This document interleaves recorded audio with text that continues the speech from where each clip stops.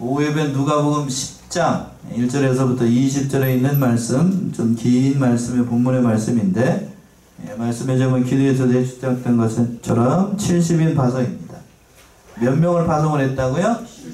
70인 파송의 사건인데, 그래서 대지를 문과에는 3개로 나눴어요. 9절까지는 70인 파송을 어떻게 했는가, 그거를 얘기를 하는 거고, 또 이제 10절과 16절에서는 그러나 그 70인을 파송해서 복음을 전했는데 그 복음을 받지 않는 자들은 화가 있을 것이다. 어떤 자들이 화가 있을 것인가? 그 10절에서부터 16절, 그리고 마지막으로 17절에서부터 20절까지는 70인들이 와서 복음을 전한 이 보고와 하고 그 다음에 보기에 대해서 말씀한 대목입니다. 자, 첫 번째 대지로 와서 70인을 파송을 했는데 1절 먼저 한번 읽어보세요. 이후에 주께서 달리 70인을 세우사 친히 가시려는 각동 각처로 돌씩 앞서 보내시며, 예, 70인을 세우사라고 되어 있는데 달리 70인을 세웠다는 것을 봐서 예수님의 12사도를 제외해놓고 나머지 70명을 보내신 것으로 보이죠. 그러니까 예수님을 따랐던 제자들의 무리가 제법 됐던 거예요. 12제자만 있었던 게 아니고 다른 그 제자라고 해야 되죠. 사도 말고 제자들, 제자들을 둘씩 다 전도하면서 보낸 겁니다. 복은 이 전할 때에 그 둘씩 보낼 때에 예수님께서 특별히 권능을 주셨어요. 그 권능의 말씀이 19절의 말씀이죠. 19절 보시면, 내가 너희에게 뱀과 정갈을 밟으며 원수의 모든 능력을 제어할 권세를 주었으니 너희를 해할 자가 결탄코 없으리라. 예, 70인을 파송을 할 때에 사도들에게 줬던 권능을 똑같이 준 거예요. 그러니까 저와 여러분들에게도 이런 권능이 있는 겁니다. 그러니까 이 하나님의 복음을 전하는 자들에게는 하나님께서 예수님의 그 능력을 줘서 병자도 고치고 뱀과 전갈을 받고 귀신들이 항복하는 그런 권세를 주신 거예요. 그러나 이런 권세를 줬다라고 해서 이것을 시험할 목적으로 사용을 하게 되면 그거 안 돼요. 그건 안 됩니다. 그건 하나님을 시험하는 거니까 그걸 시험하라고 준 게 아니고 부지중이나 또는 복음을 전할 때 이런 능력이 나타난다는 거 하는 건 사실입니다.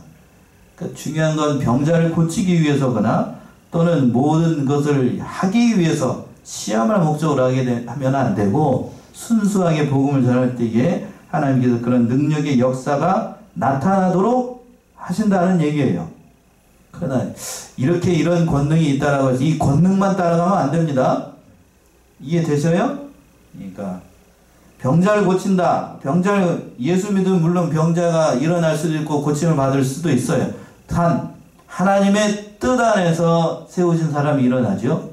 그렇죠? 그 사람이 그 병에서 나을 만한 사람이라고 하나님께서 정해준 사람이면 낫는 거고, 그러나 그 병으로 인해서 죄송한 얘기지만 하나님이 데려가실 사람이라고 하면 아무리 기도해도 나을까요? 아니면 데려갈까요?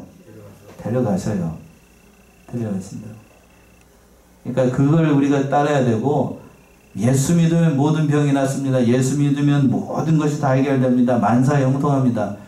물론 그 말씀 자체는 맞을 수도 있지만 그렇지 않을 수도 있어요. 그러니까 늘 우리는 그것만 바라보지 말고 오직 이러한 권능이 있다는 사실을 믿고 순수하게 말씀을 전해야 됩니다. 그럴 때 하나님의 능력이 나타나는 거지, 그걸 시험할 목적으로 하게 되면 그거 안 돼요. 이미 잘못됐잖아요. 그죠? 이미 잘못됐잖아요. 그런데 그것만 따라가고 그것만 전한다고 하는 사람들이 현대 그 기독교인 그 목사들이나 이상한 쪽에서는 그렇게 얘기를 하는 사람들이 많잖아요. 그래서 기독교가 많이 세속화되고 이상해져 가지고 순수하게 복음을 전해야 되는데 그렇지 않게 흘러가는 사람들, 잘못된 길로 살아가는 사람들이 많아요. 잘못된. 제가 젊었을 때는 얘기하기가 좀 그런데, 예수 중심 교회 누구죠? 이초석이죠. 이초석. 예전에는 무슨 재림교회라고 그랬나? 아무튼 예루살렘 교회라고 그랬죠. 전에는 예, 아무튼 그랬었는데 여기 처음에 저기 잔다리목 근처에 거기 가보니까 있는 것 같던데 지금도 있나요? 예수 중심교회. 예, 거기죠. 아무튼 그쪽 계통인데 저도 한번 봤어요. 이렇게 동영상을 하는 걸 봤는데 웃기지도 않더라고요. 예. 위에서부터 이때까지 하얀색 옷 입고 나와가지고 말이야 귀신 쫓아낸다고 그냥 이상한 소리 하고 반쯤 혀꼬부라지는 소리 비슷하게 해가지고 막 하죠. 그냥 그것만 하게 되면 그거 잘못되는 거예요. 그것만 바라보게 되면 순수하게 믿어야 되지. 복음이라는 게 뭐예요? 순수한 거잖아요. 예수라고 하는 게 순수한 거죠. 죄와는 구별되는. 오전에도 그랬잖아요. 구별됐다라고 그랬잖아요. 거룩한 백성이 구별됐다라고 하는 그 목적 자체가 잘못되게 되면 그건 잘못된 거예요. 그러니까 이 모든 일들을 우리가 잘 깨달아야 되겠어요. 또 둘씩 보냈다라고 했는데 둘은 증거의 숫자입니다. 그러니까 혼자 보내지 않고 2명씩 보냈어요. 2명씩. 그래서 이단들이 이걸 전도를 할 때에도 꼭 몇 명씩 와요? 둘씩 옵니다. 왜 혼자 보내지 않고 둘씩 보냈는가? 혼자 가게 되면 잘못하면 넘어져요. 그래서 다른 교단 같은 경우에도 목사 안수를 줄 때에 목사가 반드시 뭐 해야 되냐면 결혼해야 목사 안수를 주는 교단들도 있어요. 왜 그럴까요? 결혼하지 않으면 문제가 생겨요. 결혼하지 않고 저기 하게 되면 사역을 할 때에 교회 안에서 불미스러운 일이 없지 않을 수가 없어요. 없지 않을 수가 없다. 그러니까 반드시 결혼해서 사모가 있어야 된다. 사모가 있어야 된다. 겪어보니까 다 그렇다는 얘기예요. 교회에는 남자가 보통 많아요? 여자가 많아요? 여자가 많아요. 지금도 마찬가지잖아요. 우리 교회도 여자가 많잖아요. 근데 오밤중에 어제 같은 경우 밤 11시나 12시쯤 와가지고 목사님 아파요. 와서 기도해 주세요. 그러면 목사님 혼자 있다. 그거 가야 돼요? 말아야 돼요? 그거 애매하잖아 그거. 애매하잖아요. 그러니까 사모가 있으면 괜찮지만 없는 상태에서 가게 되면 까딱 잘못하면 그 마귀 틈탄다고요. 그러니까 반드시 결혼해야 돼요. 결혼해서. 그러니까 이 참 중요한 거예요. 중요한 거. 가끔 그런 전화가 많이 와요. 제가 전화를 사택에다가 이렇게 받게 되면은 몇 마디 들어보면 이 사람이 진짜인지 가짜인지 금방 알아요. 하도 많이 오니까. 그러니까 아는데, 그러니까 여러분들이 좀 저기 해주시고. 그래서 집사람이 어제 저희 전화기가 좀 오래된 전화기가 저희가 안 떠요. 이 발신자 표시가 안 뜬다고 그래서 내일 가서 하나 사려고요. 그러더니 안 뜨니까 이거 알 수가 없어. 그래서 좀 저기 살더라도 하나 사야 되겠어요.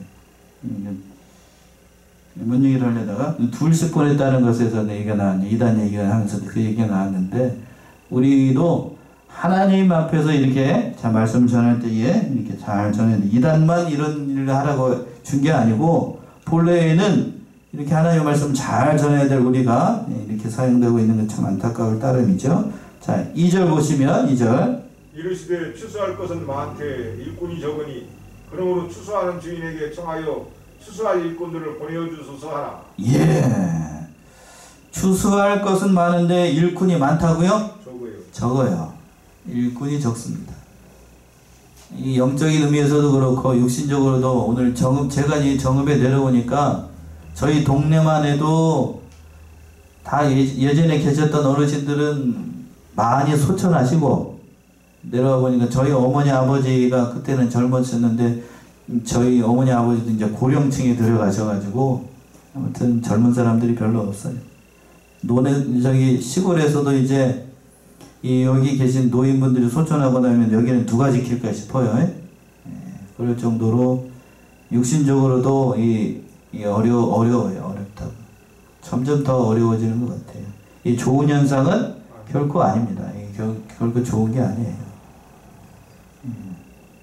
결코 아닙니다.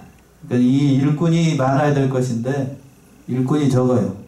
저희 어머니가 그 시골에서 일을 나가실 때에 보통 이제 70이 넘으셨는데도 일을 많이 나가셔요. 나가면은 하시는 얘기가 뭐냐면 일 나가게 되면 고창이나 뭐 같은 데 이렇게 일을 나가시거든요. 나가시면 하는 얘기가 뭐냐면 가면은 대부분 다 코쟁이들이래.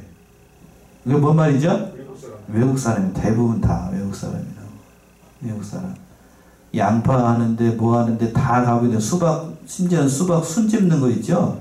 그거 하는 것도 다 누가 와서 해? 외국 사람이 와서 할 정도로. 고장에 그 수박밭 없잖아요. 예. 그거 하는데도 다 저 외국인들이 와서, 외국인이 없으면 일이 안 될 정도로, 일이 안 될 정도로.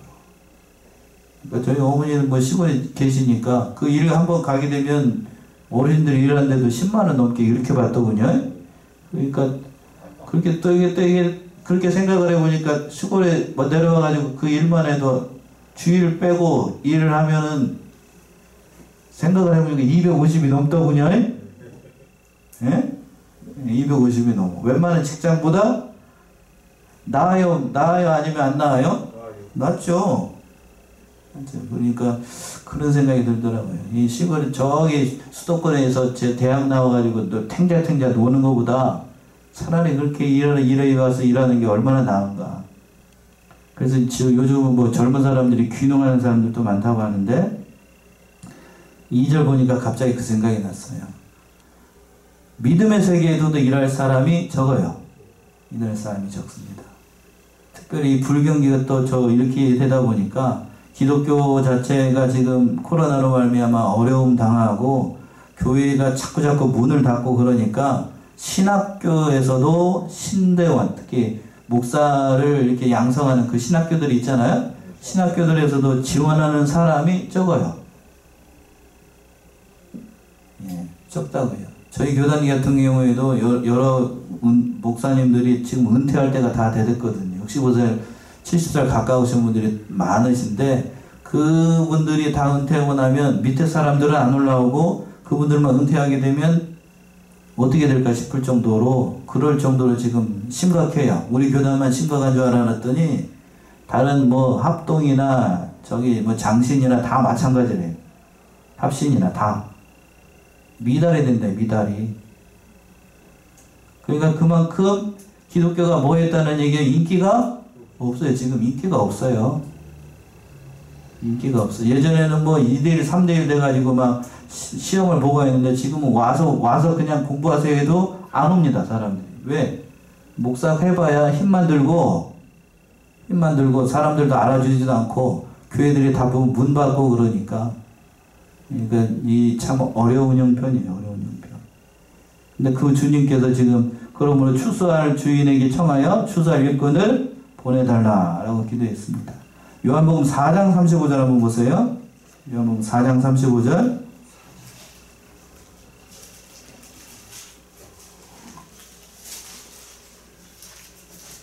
너희가 넉 달이 지나야 추수할 때가 이르겠다 하지 아니하느냐. 내가 너희에게 이르노니 눈을 들어 밭을 보라. 희어져 추수하게 되었도다. 예, 하반절에서 그랬죠. 눈을 들어 밭을 보라. 희어져 추수하게 되었다. 그러니까 지금도 이렇게 결실의 계절인데 영적인 저 추수의 시기예요. 재림하실 날 점점 돌아가는 일걸로 봐서는 주의 재림이 가까운 때입니다. 코로나19 이것도 주의 재림이 가까운 징표 가운데 하나예요. 그렇죠? 과학이 아무리 발달을 해도 눈에 보이지 않는 이 코로나 바이러스 이거 하나를 어떻게 하지를 못해요. 그렇죠? 어떻게 하지를 못해. 아무리 발달을 해도 하나님이 작정하시고 하면 그 과학이 아니라 과학 할아버지, 의학 할아버지가 와도 이거 돼야 안 돼요? 안 됩니다. 안 돼요. 안 돼요. 뭐 제가 의학적인 소견은 없습니다만 어느 의사가 그렇게 얘기를 해요. 백신을 개발해가지고 백신을 맞는 만큼 변종이 생길 거다. 그렇게 얘기를 하는 사람들도 있어요. 그러니까 뭔 얘기인지 아시겠어요? 선진국들이 돈이 많아가지고 돈이 많은 데는 백신을 맞잖아요. 백신을 맞아요. 그러면 그 바이러스가 들어가가지고 거기에서는 죽어요. 근데 죽지 않고 살아남은 바이러스가 있을까요? 없을까요? 있어요. 그게 나와서 뭐가 되냐면 살아남으면 변종이 생깁니다. 그래서 부익부 빈익빈이 될 거다. 지금 아프리카에서 심각하잖아요. 그러니까 선진국에서 만들어 놓은 변이 바이러스가 애꿎은 어디 가가지고 기승을 부려? 안 맞은 사람 가서 기승 부리는 거죠. 그러니까 이게 제가 뭐라고 얘기를 못하겠어요. 거기까지만 얘기를 하고 얘기하겠는데, 또 한 가지 예를 든다라고 하면 요즘 모기가 잘 없는데, 모기도 예전에는 제가 어렸을 때에는 저기라고 그랬어요. 그 킬라 말고 뭐라고 그러죠? 그 호막기라고 그랬어요. 예?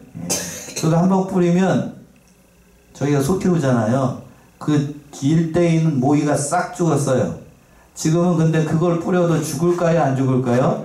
안 죽어요. 그걸로 안 죽는다. 맞아도 잉잉 하고 저만치 가다가 다시 부활해가지고 날아가. 그 정도로 내성이 생겼다고. 내성이. 그거 똑같아요. 내성이 생겼어.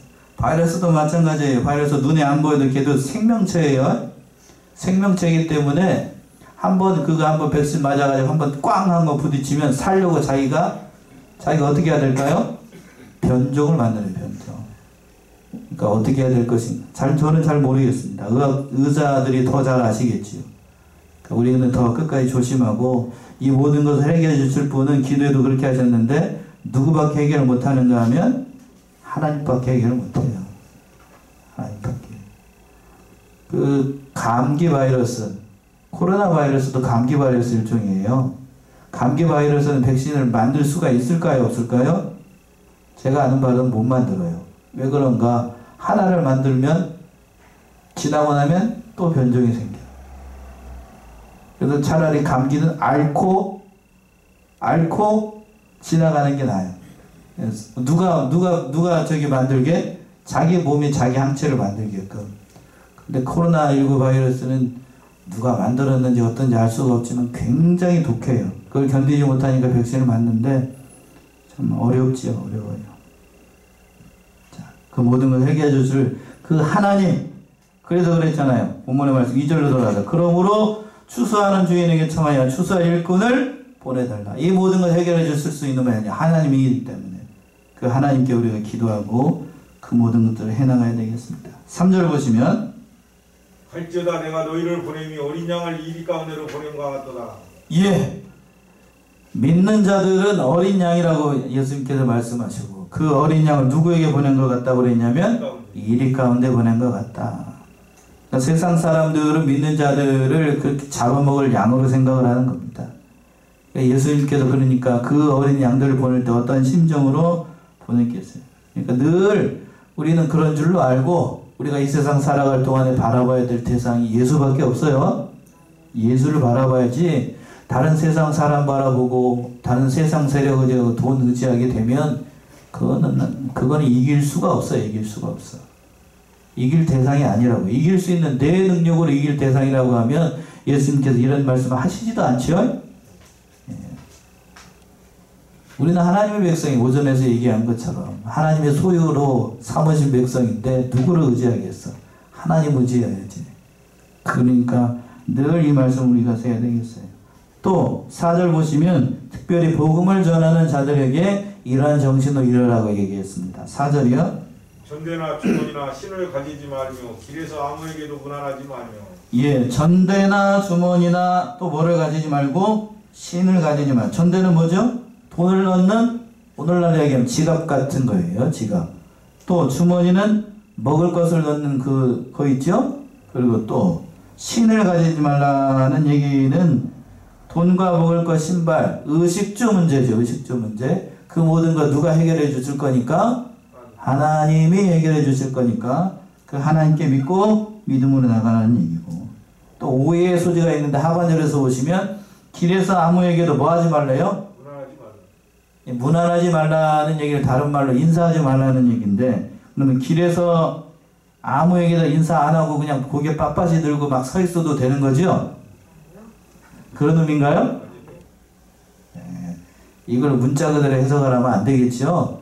이 얘기는 인사한다고, 이게 세상 사람들과 같이 인사한다고 뭐 한다고 시간 뺏기지 말고 뭐를 전하라는 얘기냐면 말씀은 전하는 일에 전무하라는 얘기예요. 이해되십니까? 세상 사람들은 저는 먹고 마시고 저기 인사한다는 의미는 단순하게 이렇게 공손하게 인사한다는 의미가 아니라, 세상 사람들처럼 뭐 만나게 되면, 특히 남자들은 보통 그런 경향이 좀 적은데 여자들 같은 경우에는 셋만 맞으면, 셋만 모이면 뭐가 깨진다고요? 뭐가 깨져요? 인정하십니까?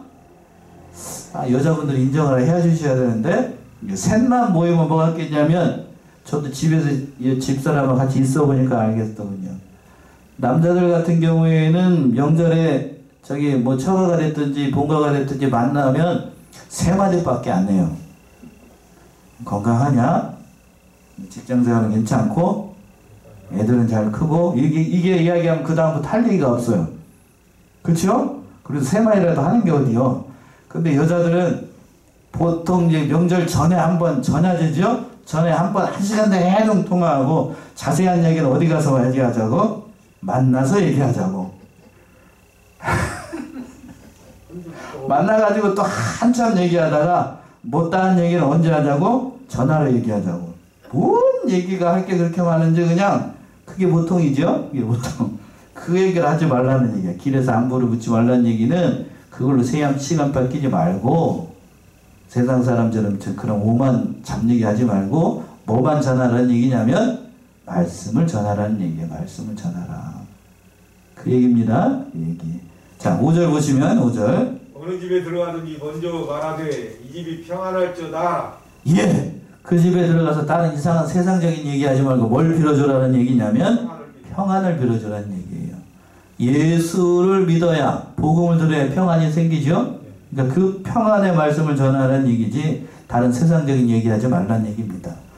이사야 52장 7절이요. 이사야 52장 7절 이렇게 얘기를 했죠. 좋은 소식을 듣고 가야 돼요. 이사야 52장 7절.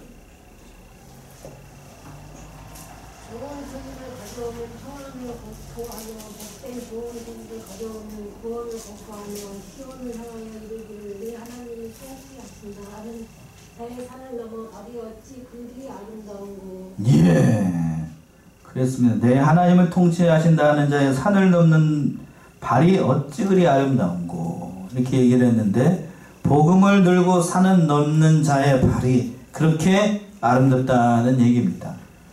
그러니까 늘 이 복음을 전해야 되고 평안을 빌어줘야 돼요. 평안. 그러니까 늘 이 말씀을 기억하고 세상적인 얘기만 하지 말고 말씀을 전하는 자가 되어야 된다고 얘기했어요. 만약에 평안을 빌어줬는데 그 사람이 받지 않으면 어떻게 되는가? 6절 말씀이죠. 6절. 만일 평안을 받을 사람이 거기 있으면 너희 빈 평안이 그에게 머물 것이요 그렇지 않으면 너희에게로 돌아오리라. 예, 평안을 빌어줬는데 그 평안을 받을 사람이 그 안에 있어요. 쉽게 얘기해서 복음을 받을 사람이 그 안에 있다라고 하면 그 평안이 그 집에 머물게 될 것이지만 그렇지 않고 복음을 받지 않는다라고 하면 어떻게 된다고요? 누구에게 돌아와요? 내게 돌아옵니다. 그러니까 나는 손해를 보는 거예요? 이익만 보는 거예요? 이익만 보는 거지요. 그러니까 전해줬어. 그 사람이 받았으면 그 집안이 하나님의 집안이 됐으니까 그것은 수지 남는 거고, 근데 전했는데 그게 돌아오게 되면 내게 오는 거니까 그것도 역시 남는 거예요. 이거는 이렇게 되나 남는 거고 저렇게도 남는 거니까 우리는 입만 뻥끗하면 되는 거죠. 그러니까 그 얘기를 하라는 거고, 또 주의해야 될 것이 뭐 있는데 7절 보시면 그 집에 유하며 주는 것을 먹고 마시라. 일꾼이 그 삭스를 얻는 것이 마땅하니라. 이 집에서 저 집으로 옮기지 말라. 예. 그러니까 그 평안을 빌어줬는데 그 집에서 그 하나님의 능력을 전하고 또 그 집에 유하라고 거기에서 주는 것을 먹고 마시라고 얘기를 했어요. 근데 반드시 이 말씀은 복음을 전하면 그것을 영접해 주는 사람이 있다는 얘기입니다. 우리 교회도 처음에 개척을 할 때에 그 목사님이 여러 가지 어려운 가운데 했겠지만 그 복음을 듣는 자들이 분명히 있었을 거라고요. 그리고 그 일꾼이 싹쓸 받는 게 마땅하니까 이 예수님의 이 말씀은 반드시 하나님께서 이런 자들을 붙여주신다는 얘기도 담겨 있어요. 그러니까 그 말씀을 따라서 이 말씀을 따라서 믿고 나아가라는 얘기이고, 또 중요한 사실이 뭔가 하면 7절 하반절에 있는 것처럼 이 집에서 저 집으로 뭐 하지 말래요? 옮기지 말라. 처음에 왔더니 그렇게 그 얘기예요. 처음에 어느 교회 갔더니 이제 개척교회를 했는데 어느 분이 이제 자기 집에서 이렇게 목사님 있으면 좋겠습니다 해서 잘 전해주면 거기에서 이제 잘 먹고 마시고 그렇게 해야 되지, 그보다 더 좋은 어떤, 예를 들어서, 더 좋은 데서 이렇게 제의가 들어와가지고 간다라고 하면, 거기 가면 되겠어요? 안 되겠어요? 그렇게 가면, 처음에 맞이했던 사람이 어떤 마음이 들까요? 섭섭한 마음이 들겠죠. 인간적으로 섭섭하겠죠? 그러면 그 사람이나 받는 사람이 다 덕이 안 되니까, 이 집에서 저 집으로 옮기지 말라는 얘기가 그거예요. 더 잘 대접을 해준다고 해가지고 거기 가서 먹고 마시게 되면 그건 덕이 되지 않으니까 그 일을 하지 말라는 얘기입니다. 그러니까 더 받을 생각하거나 더 하지 말 생각하지 말고 순수하게 말씀만 전하면 하나님께서 더 좋은 것을 예비해 준다는 거예요. 이게 목회의 정신이죠. 목회자로서의 정신이고, 이 말씀이 참 중요한 것 같아요. 참 여러분들이 알만한, 제가 이름을 실명을 거론하게 되면 여러분들이 다 아실 만한 목사님들이 많이 있어요. 그러니까 좋은 곳에서 좋은 제의가 들어오게 되면 여러 가지로 이렇게 하는 사람들이 많이 있다고요. 실명 거론하지 않겠지만 여러분들이 아실 만한 거예요. 땡땡땡 목사님이 어느 교회에서 청빙이 들어왔답니다. 우리 교단은 아니고 다른 교단에서 저쪽 남쪽에 있는 목사님인데, 교회가 성도수가 300명 정도 모여있는 큰 교회, 우리 관점에서는 큰 교회죠? 그렇죠? 300명이면. 근데 그 교회에서 청빙이 도는 그 목사님이 뭐라고 그랬냐면, 그렇게 조그만 교회는 자기는 갈 수 없대. 그러면서 거절했대요. 끝나고 난 다음에 물어보세요. 그 이름이 누군가? 언론에서도 잘 얘기를 하고 있는 아주 저기 하신 목사님인데, 궁금하시죠? 궁금하신 분은 좀 이따 끝나고 물어보셔. 녹화 중이라. 그 정도로 요즘에 목사들이 다 그렇게 됐어요. 그렇게 기울어져 가지고 그렇게 하지 말라는 얘기죠. 얘는 단적인 예입니다만, 그러니까 우리가 대접받으려고 할 생각으로 목회를 하거나 주의 일을 하게 되면 하나님이 서운해 하십니다. 우리는 늘 이런 사명으로 가졌다는 사실을 깨닫고 그 일을 잘해야 되겠습니다. 또 8절 9절이요.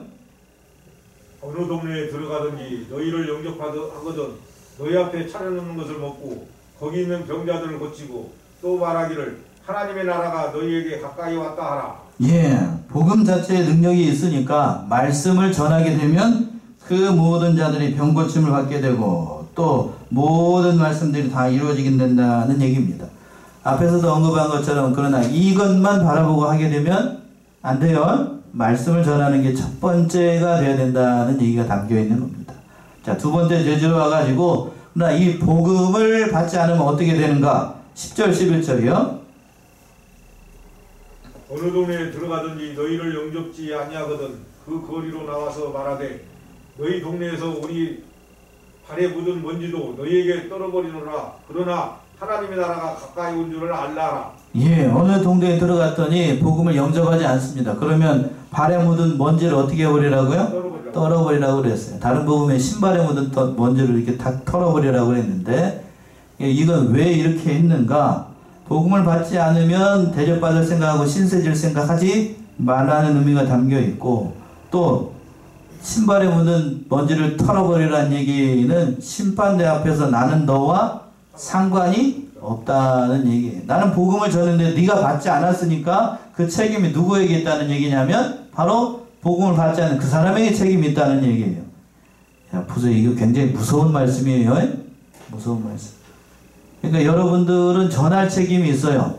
그러니까 전해주게 되면 그 책임이 누구에게 전가가 되냐면 그 복음을 들은 당사자에게 넘어가요. 예수 믿으세요. 예수 믿고 구원 받으세요. 거기까지는 우리가 할 일이에요. 근데 그마저도 안 하면 그 화는 나에게 옵니다. 이해되세요? 전하지 않았으니까 전하지 않는 죄가 나에게 있다고요. 가족이나 일가 친척이나 이 모든 이 아는 사람들, 주위에 나를 알고 있는 사람들한테 복음을 전할 책임이 누구에게 있다고요? 나에게 있어요. 나에게 있습니다. 근데 그걸 전하지 않으면, 그러나 전하지 않으면 안 돼요. 전했으면 그리고 난 다음에 그 한 번으로 전한 게 모든 의무가 다 끝난다는 게 아니고 그 인내심을 가지고 이렇게 이루어져야 된다. 그런 말씀도 담겨 있는 거예요. 무서운 말씀이면서 또 한편으로는 또 은혜로운 말씀이기도 해요. 그러니까 능력 바라보고 내게 있는 것이 아니고 하나님께 있으니까 나가게 되면 하나님이 다 이루어질 줄로 알아요. 또 12절 이렇게 말씀하셨죠. 12절 내가 너에게 말하노니 전날에 소돔이 그 동네보다 견디기 쉬우리라. 예, 복음을 받지 아니하면 소돔 동네가 유황불이 떨어져 가지고 멸망받았잖아요. 그러니까 마지막 날에 차라리 소돔이 견디기가 더 쉬울 거라고. 그러니까 복음을 받지 않는 자들은 마지막 심판의 날에 견디기가 어렵다는 얘기입니다. 큰 죄이기 때문에 복음을 받지 않는 것. 무섭습니다. 이 말씀 보게 되면. 또 13절 14절 보시면 화 있을진저 고라시나 화 있을진저 벳세다야 너희에게서 행한 모든 권능을 두루와 시돈에서 행하였다면 저희가 벌써 배옷을 입고 제에 앉아 회개하였으리라. 심판때에 두루와 시돈이 너희보다 견디기 쉬우리라. 예, 고라신과 벳사다 갈릴리 바다 근처에 있는 지방들인데 예수님께서 오셔가지고 거기에서 많은 것들 복음을 전했습니다. 믿는 사람들이 적었어요.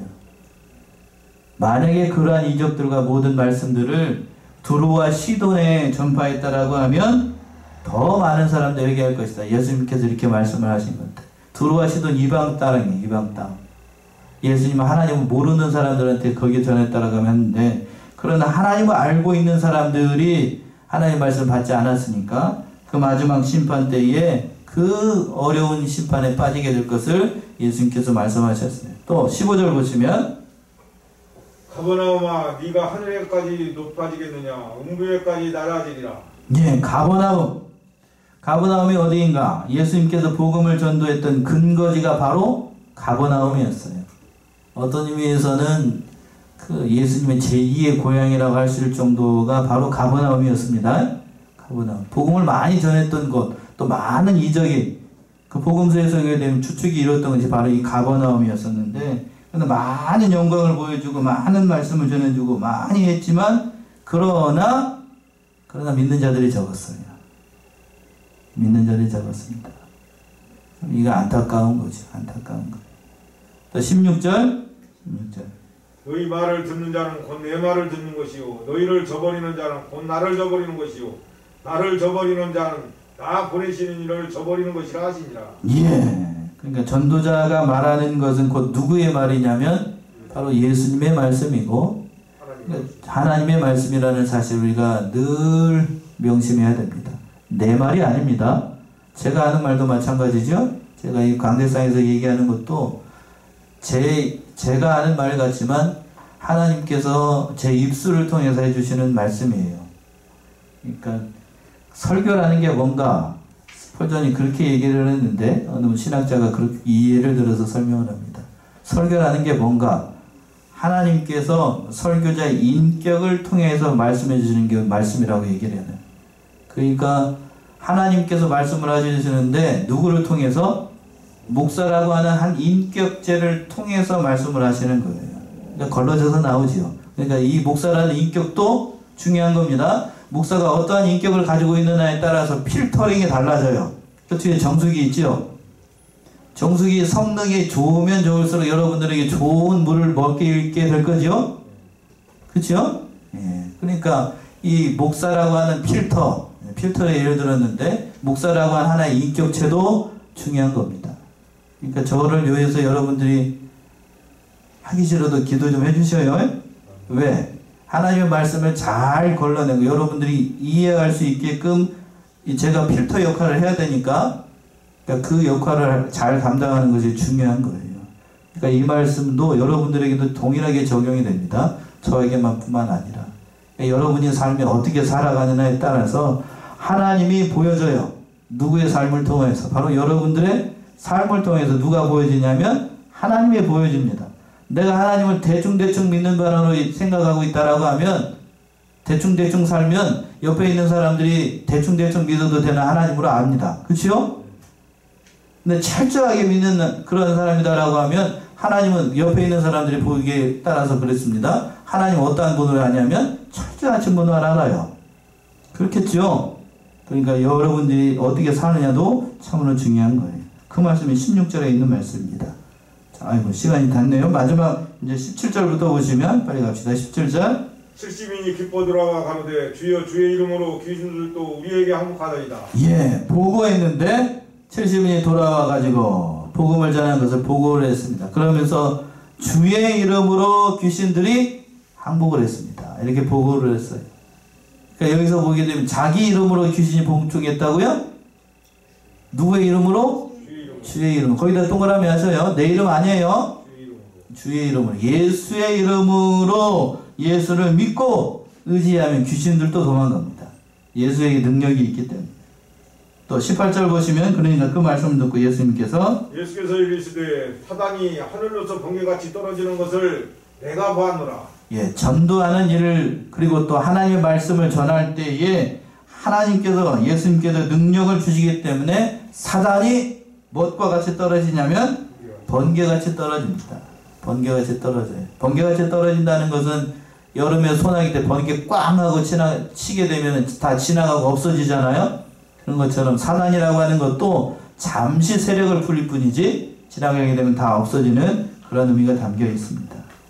또 19절 아까 읽었던데 19절 내가 너희에게 뱀과 정갈을 밟으며 원수의 모든 능력을 제어할 권세를 주었으니 예. 너희를 해할 자가 결단코 없으리라. 예, 이러한 능력을 주셔서 하나님의 말씀을 전한다라는 말씀이고 또 마지막으로 20절 보시면 그러나 귀신들이 너희에게 항복하는 것으로 기뻐하지 말고 너희 이름이 하늘에게 기록된 것으로 기뻐하라 하시니라. 예, 이 말씀이에요. 이 말씀 참으로 중요한 말씀인데 그러나 귀신들이 너에게 행복한 것으로 기뻐하지 말고 사람이기 때문에 보세요. 사람은 보이는 걸 좋아해요.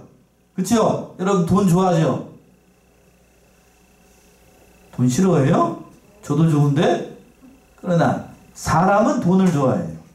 그러나 하나님은 뭘 좋아하는가?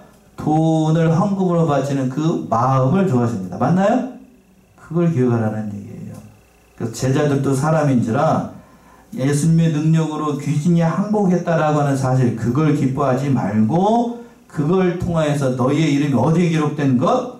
하늘에 기록된 걸 기뻐하라. 그러니까 하나님의 일을 하게 되면 나의 이름이 어디에 기록이 돼요? 하늘에 기록이 됩니다.